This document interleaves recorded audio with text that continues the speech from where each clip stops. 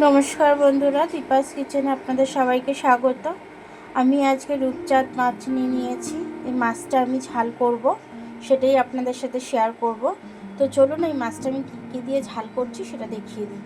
এখানে দেখুন আমি পেঁয়াজকালি কেটে নিয়েছি, এখানে পেঁয়াজ কেটে নিয়েছি, এখানে টমেটো নিয়ে নিয়েছি, এখানে আদা রসুন লঙ্কা সব নিয়ে নিয়েছি। এবার আমি মাছটাতে নুন হলুদ মাখিয়ে নেব।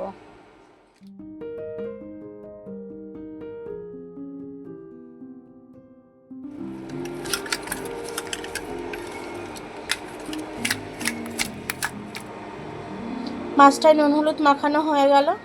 এবার আমি একটু পরে ভাজতে যাব। এবার আমি মাছটা ভেজে নেব। তেলটা গরম হয়ে গেছে, মাছগুলো একটা একটা করে দিয়ে দেবো।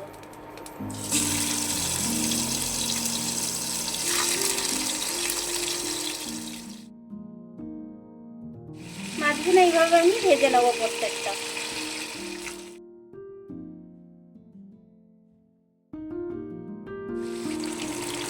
মাছগুলো ভাজা হয়ে গেছে, মাছগুলো তুলে নেবো, লাল লাল হয়ে গেছে।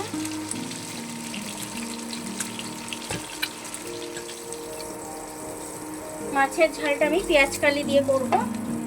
পেঁয়াজ কালিগুলো দিয়ে দিলাম। এর সাথে আমি পেঁয়াজগুলো ভাজতে দিয়ে দিচ্ছি একবারে। একটু নুন দিয়ে দিচ্ছি, তাড়াতাড়ি সফট হয়ে যাবে। এইগুলোকে একটু ভালো করে লাল করে ভেজে নেবো, একটু সফট করে। এটা ভাজা ভাজা হয়ে এসছে আমার। মশলাটা পেস্ট করে রেখেছিলাম, আদা রসুন লঙ্কা দিয়ে দেবো। ওটা আমি মিক্সিতে পেস্ট করে রেখেছিলাম, দিয়ে দিচ্ছি। একটু হলুদ দিয়ে দেবো, একটু গুঁড়ো লঙ্কা দিয়ে দেবো,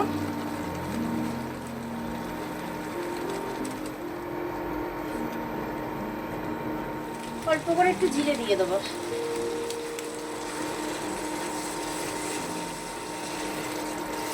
মশলাটা ভালো করে কষে নেবো।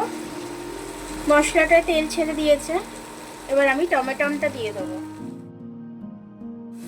টমেটোটা দিয়ে ভালো করে একটু কষে নেবো, টমেটোটা নরম হয়ে যাওয়া অবধি। মশলাটা ভালোভাবে কষা হয়ে গেছে আমার, একদম কাঁচা গন্ধ ছাড়ছে না, তেলও উঠে এসছে, একদম তেল ছেড়ে দিয়েছে, অনেকক্ষণই তেল ছেড়ে দিয়েছে। আমি এবার জলটা দিয়ে দেবো।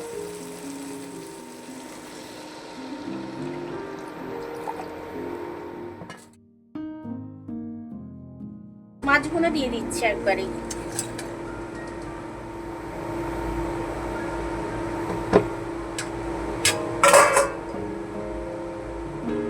মাছটা ফুটতে দিয়েছি।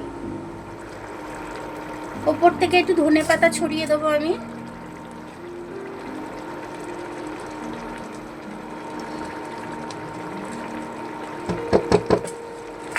একটু ফুটে যাক, তারপর নামিয়ে নিচ্ছি। এটা হয়ে গেছে মাছের ঝালটা, সবকিছু একদম পারফেক্ট হয়েছে, নুন টুন সবকিছু।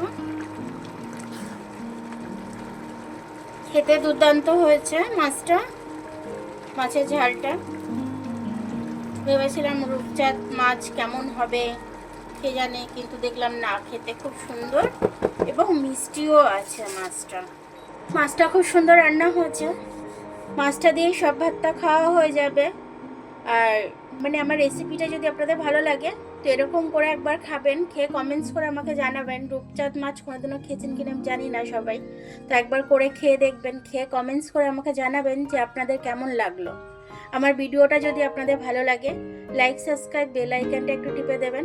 ফেসবুক থেকে যদি দেখেন লাইক আর ফলোটা একটু করে দেবেন।